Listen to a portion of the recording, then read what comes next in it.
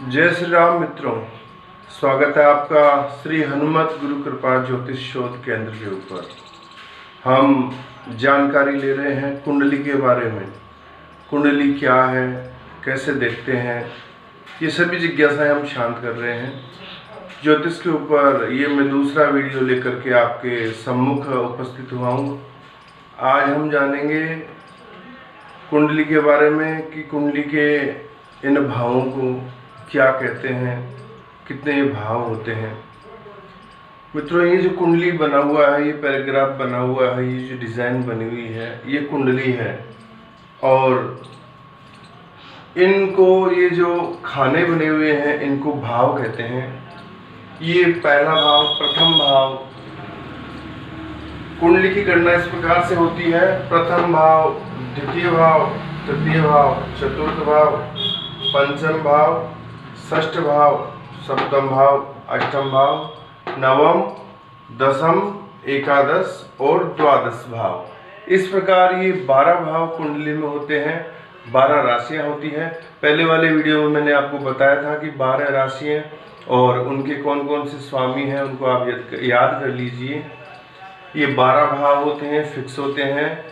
प्रथम भाव हमेशा प्रथम भाव ही रहेगा, द्वादश भाव ही रहेगा। इनमें राशियां बदलती हैं लेकिन भाव स्थिर रहते हैं। और इन भावों के अलग अलग नाम हैं। वो नाम क्या है वो भी मैं आपको बताता हूँ। कुल मिलाकर के ज्योतिष 12 राशि, 9 ग्रह, 27 नक्षत्र, इन सबका ही मिला जुला विज्ञान है। और आप मेरे इन वीडियो को लगातार देखते रहिए, तो आपको मैं सारा ज्ञान, संपूर्ण ज्योतिष ज्ञान धीरे धीरे देने की कोशिश करूंगा, जिससे आप स्वयं भी अपनी कुंडली का निरीक्षण कर सकेंगे, अवलोकन कर सकेंगे। कुंडली के इन 12 भावों को हम अलग अलग नाम से जाने जाते हैं। इनका पर्टिकुलर हर भाव का एक अलग नाम है। उसको बोलते ही हमें पता पड़ जाता है कि हम किस भाव के बारे में बात कर रहे हैं। तो आपको ये भी याद करना पड़ेगा। आइए मैं आपको बताता हूँ कौन सा भाव किस नाम से कहलाता है। पहला भाव है, ये तन भाव कहलाता है। इसको लग्न भी कहते हैं। तन भाव यानी हमारा जो तन है, हमारा शरीर है, उसके बारे में जो गणना की जाती है, जो कुंडली द्वारा मालूम किया जाता है, वो पहले भाव से मालूम किया जाता है। और दिशाओं के अंदर ये पूर्व दिशा में आता है। दूसरे भाव की बात करें तो ये धन भाव कहलाता है और ईशान कोण इसकी दिशा कहलाती है। कुंडली में धन की जब भी स्थिति देखनी हो तो दूसरे भाव से देखें। हालांकि आगे आपको समझाऊंगा मैं, बहुत विस्तार वाला विषय है। केवल धन ही इससे नहीं देखा जाता, मुख का, कुटुंब का, परिवार का भी ये भाव है। लेकिन अभी आप केवल प्रारंभिक रूप से सीख रहे हैं, इसलिए केवल इतना याद कीजिए कि ये लग्न है, तन भाव कहलाता है, ये धन भाव है। तीसरा, पराक्रम भाव। आदमी के, मनुष्य के पराक्रम को तीसरे भाव से देखा जाएगा। और चौथा है मातृभाव, जिसे सुख भाव भी कहते हैं। माता के बारे में जानकारी लेनी हो, हमारी सुख संपत्ति के बारे में जानकारी करनी हो, तो उसके लिए चतुर्थ भाव को हम देखेंगे। ये उत्तर दिशा पड़ती है। पंचम भाव है हमारी बुद्धि का और संतान का भाव। मनुष्य के संतान कितनी होगी या नहीं होगी, ये सब भाव विचार इसी पंचम भाव से किया जाता है।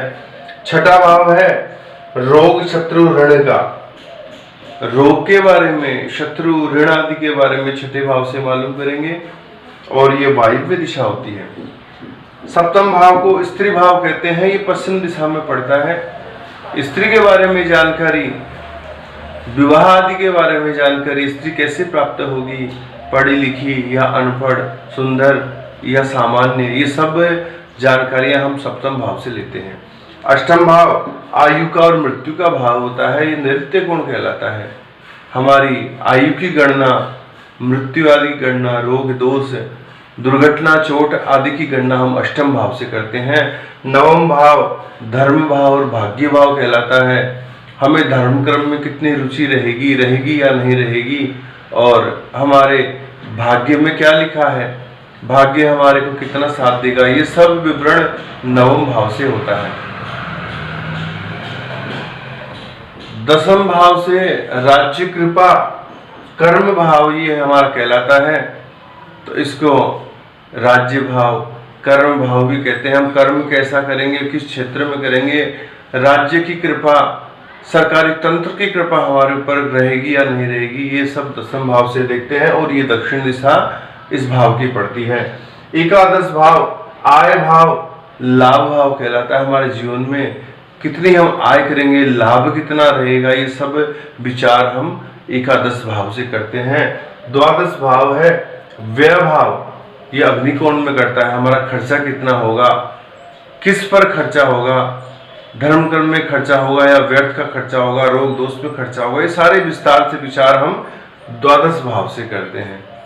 ऐसे ही इन भावों से हम हमारे संबंधों का भी पता कर सकते हैं, किस भाव से किस संबंध को देखा जाता है, यह भी मैं आपको आगे बताता हूँ। बने रहिए आप मेरे वीडियो पर। और आपको ये जानकारी अच्छी लग रही हो तो मेरे चैनल को लाइक और सब्सक्राइब भी अवश्य कर दीजिए।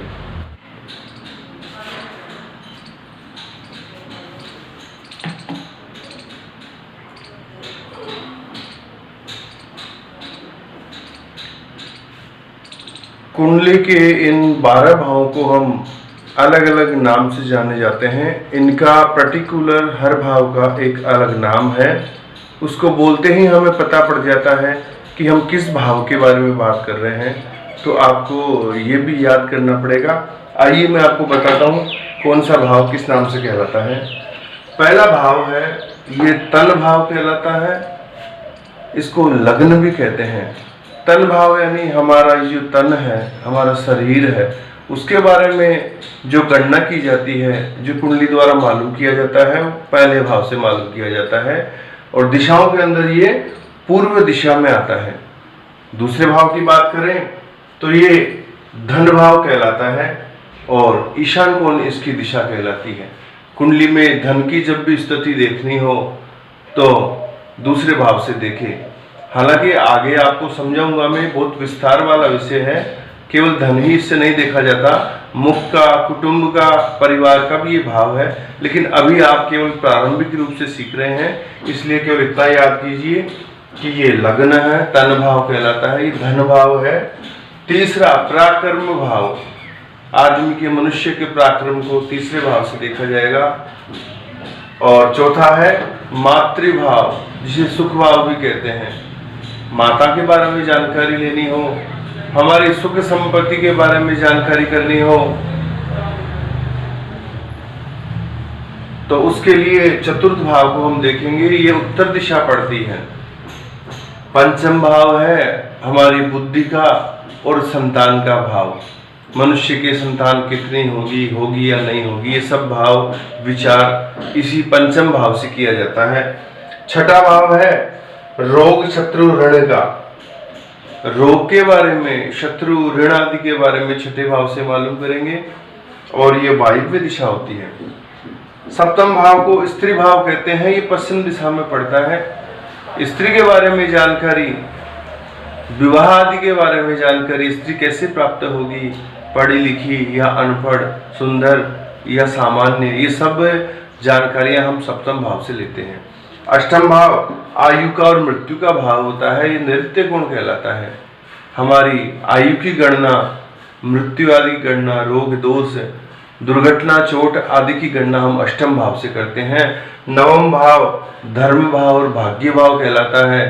हमें धर्म कर्म में कितनी रुचि रहेगी या नहीं रहेगी, और हमारे भाग्य में क्या लिखा है, भाग्य हमारे को कितना साथ देगा, ये सब विवरण नवम भाव से होता है।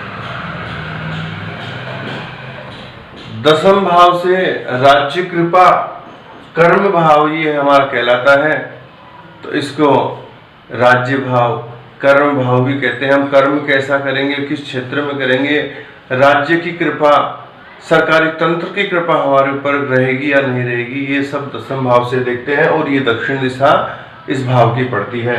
एकादश भाव आय भाव लाभ भाव कहलाता है। हमारे जीवन में कितनी हम आय करेंगे, लाभ कितना रहेगा, ये सब विचार हम एकादश भाव से करते हैं। द्वादश भाव है व्यय भाव, ये अग्निकोण में करता है। हमारा खर्चा कितना होगा, किस पर खर्चा होगा, धर्म कर्म में खर्चा होगा या व्यर्थ का खर्चा होगा, रोग दोष में खर्चा होगा, ये सारे विस्तार से विचार हम द्वादश भाव से करते हैं।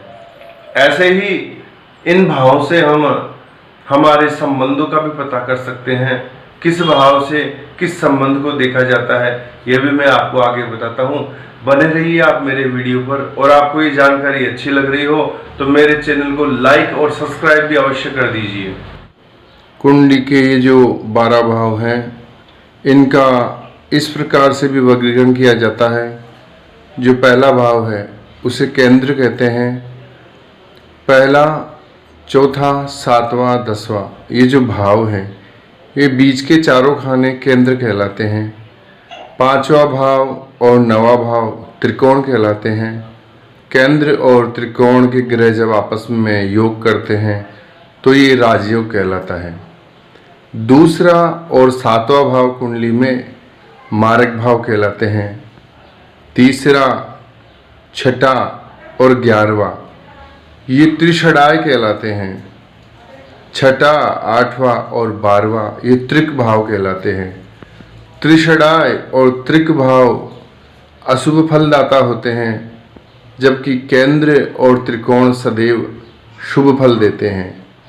इस प्रकार से आज कुंडली के इन भावों का अलग अलग रूप से मैंने विश्लेषण किया है। आगे भी आपको कुंडली की और भी कई विशेषताएं, कई वर्गीकरण बताए जाएंगे। यदि आपको ये वीडियो अच्छा लगा हो तो कमेंट करके मुझे बताएं, ताकि आगे भी और वीडियो मैं आपके लिए बना सकूं। जय श्री राम।